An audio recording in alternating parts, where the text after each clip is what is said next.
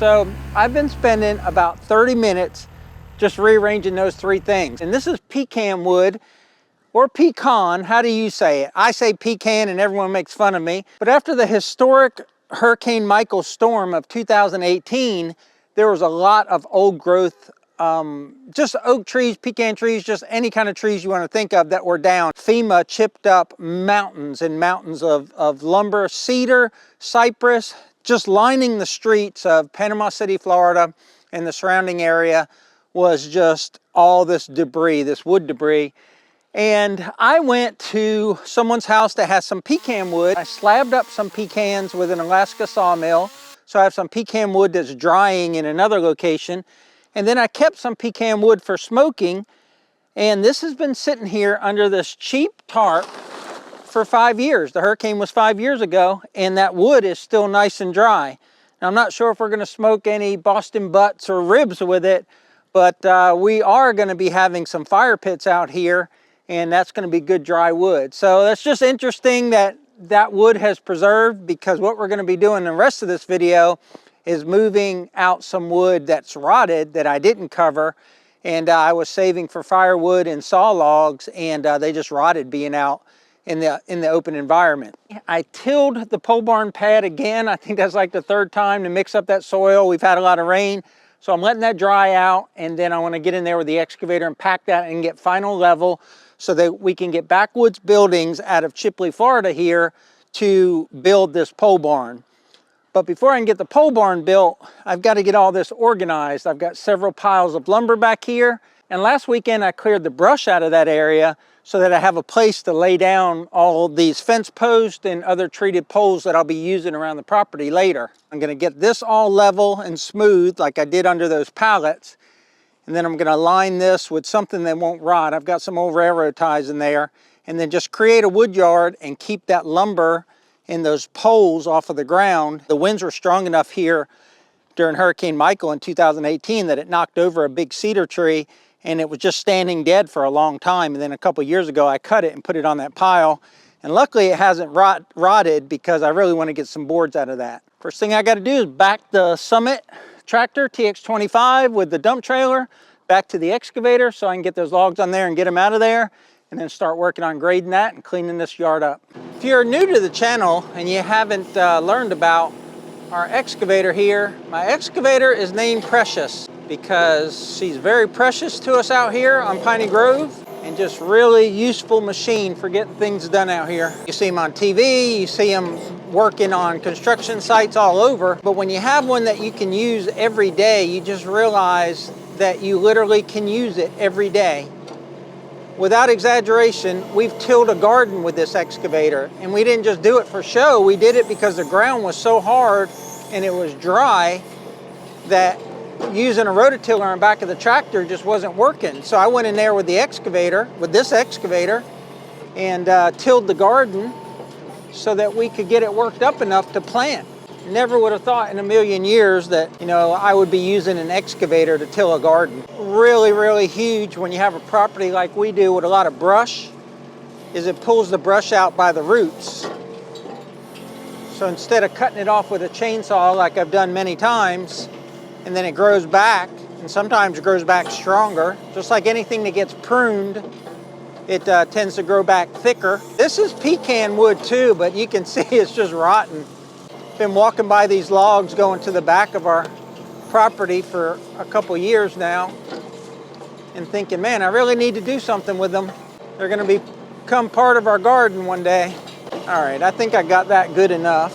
I think I can get all that in one load. What do you think? A lot of people nowadays have compact tractors with a grapple on it, and we're lucky enough to be demoing that Summit TX25, and Summit provided us with a grapple. That grapple is nice, and we're getting a lot of use out of it and learning how to use it and be more efficient with it. But nothing beats an excavator and a thumb, like picking up big amounts of things. Now, a tractor and a grapple, you can definitely carry stuff longer distance and quicker than an excavator, because you're not going to win any races with an excavator across distance. But what you can do is just pick up all this and be very precise with it and load the trailer, because I could load the trailer with the grapple. You'll drop a lot of stuff. Once you've got something in the grasp of this excavator with this thumb, it's not coming out. It's not like with a grapple where you'll lose a lot of things through the teeth of the grapple. I'm not hating on grapples. I love having one on the farm, but having this right here is the best tool for what I'm doing. All this mound of dirt is just rotten wood. It's just gonna be really good in the garden. I think that's cedar right there. It might be oak. Most of that'll go in our WoodMax 8600 chipper.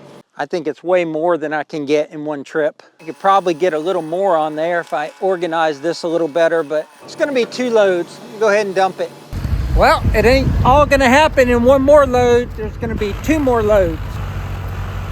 I'm gonna miss Piney Grove sighting. What are you doing? I got me a rutabaga. Rutabaga? Got me a rutabaga. You're like the rutabaga queen. I do love me some Tell the people about rutabagas. Rutabagas are a root vegetable. I think they're in the turnip family. I'm talking like I really know. I know that I like rutabagas now, and I didn't have a rutabaga until about a month ago, and now I'm a big fan of rutabagas. So how do we cook them? We make rutabaga fries, but I might do something different tonight. I might slice them and make like baked potatoes, because they're healthier for you. Apparently I'm having rutabaga baked potatoes with what, chicken? Thinly sliced, I think, and fried. Maybe with some onions, I don't know. Thinly sliced and fried with chicken, right? Yes, with chicken. And a salad. And a salad. All right, I gotta get back to work. I don't have time to be talking about rutabagas. Second queen of Piney Grove is right there, Bella. There can't be 2 queens? No.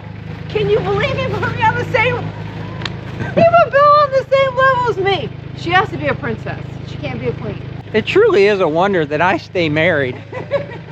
I have a knack for just like saying the wrong thing, and I don't do it on purpose. It just comes naturally. It's my superpower, I guess. What?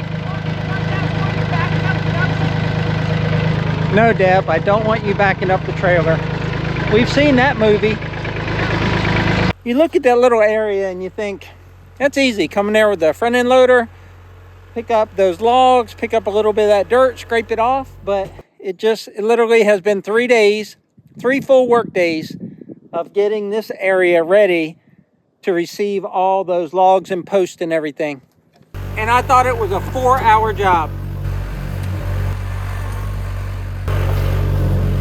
We're getting real close now to having a wood yard. I'm going to get in here with the excavator and pack this, and then we can start stacking some of these logs.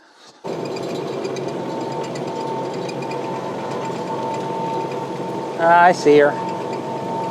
She snuck in behind me. All I'm trying to do here is use the weight of the excavator to pack this down. I might back blade a little bit, but I just think I'm gonna rip up some of these lateral pine tree roots and make a mess. I'll try it. Just drop the blade a little bit. I hear the roots cracking. That looks pretty good. I try and get too fancy with this blade, I'll just end up messing up what I got done already. All right, I like that. I'm just gonna pack it in. It doesn't have to be perfect. I'm not gonna put gravel or anything or any fill dirt. Back and forth till it's all packed down. There's one little piece of brush right here. I think I got it. Yep, I got it. Now I just gotta figure out the spacing on the railroad ties over on that pile. As luck would have it, the railroad ties are over here on the bottom, and I have some that are like a little bit rotten, and those are the ones that I want to put there because I don't care about them. I'll never use them for landscaping or to line the side of our driveway or anything. I got this big cedar I'm trying to save. I guess I'm just gonna have to kind of, just like I did earlier, move things twice so that I can get to what I'm trying to get at. So if I lay this stuff strategically, then I can just pick it up and put it on top of the little railroad ties or the, oh. I don't even know what I did. I was talking and just didn't use the thumb correctly. That's another Hurricane Michael telephone pole. This here was an old telephone pole from an old farm. That's probably something we can put on the ground to lay things on. That one's starting to decompose. So we can use that one over there. 2 more here that we can use. So this one railroad tie is perfect. Put up in here. Be a good place for rats to hang out.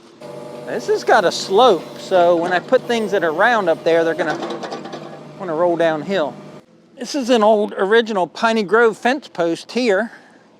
What I wanna be able to do is come in here with the tractor forks and pick up stuff. I think I got a plan here. I can put any rolling, short, round stuff here, 6, 7, 8 foot long. They'll stop against here because that's taller than them, so they won't roll down the hill. Got square or rectangular railroad ties here. Wide space, we'll put my long logs here, and I've got one big, I think it's an 8x8, maybe it's a 9x9, and I'll put it here on the end, and that'll keep the logs from rolling that way. That's the plan. Let's see if it works. So this one right here, square, 9x9, 10x10, not sure which. Put it here on the end to keep any round ones from rolling.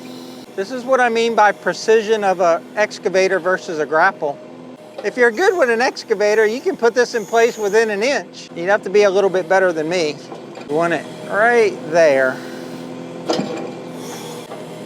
All right, that's good enough. Now, let's get that cedar tree right next to the camera. That thing's pretty heavy, making the excavator tip a little.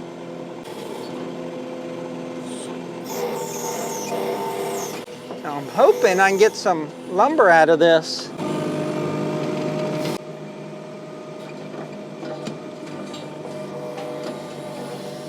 Might be too rotten, but probably get a few boards out of it.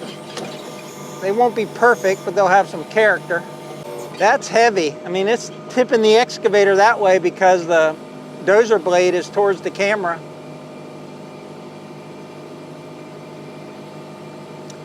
I actually had this sunk in the ground to hang a deer off of. If I ever took a deer off the property, I just haven't had a chance to hunt out here.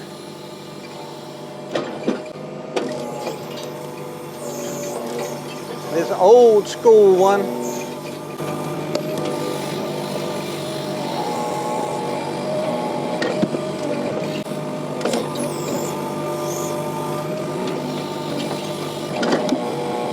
You know when things come out the way you want it or the way you envision it, and you work like several days. In our case, we only work on the weekends, so you work 4 weekends and just kind of chip away at it, and then when it starts to take shape, I know it's just logs on logs, but it just totally changes the look of that area of our property and then makes it easier to select pieces of material that we have to use for upcoming projects. I just couldn't be more pleased with how this came out. Trying to do 2 at a time is risky, but it worked out the last 2 times. If that doesn't fall, that would be nice. That's amazing. I got lucky there. I don't know how to drop this one though. That's one way. I needed to make another row anyway. Another thing I'm trying to do is make it so that the most rotten side of the railroad tie is down. And that way it won't catch rain and rot more. If I have the good side up, they'll last for 20 years. 4 more.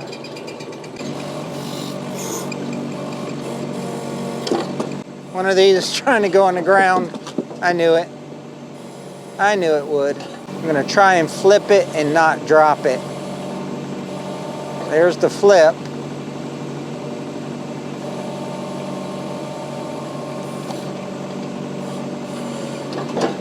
I think I got it. Almost done. Just gotta spin the excavator around here and walk it down to those last long poles and then cart them up here. Well, some of this stuff's rotten. That was cedar that just broke. I had 3 poles, then I kept messing with them and lost one. I was thinking about putting the forks on the tractor and moving them, but it's not that far, so this really isn't a bad way to do it. And once they get over there, I can roll them.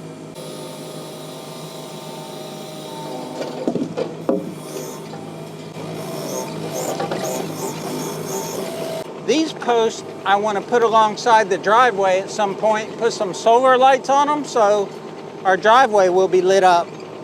They're actually dock poles. Like this one is barely in there. I don't know if it's going to make it.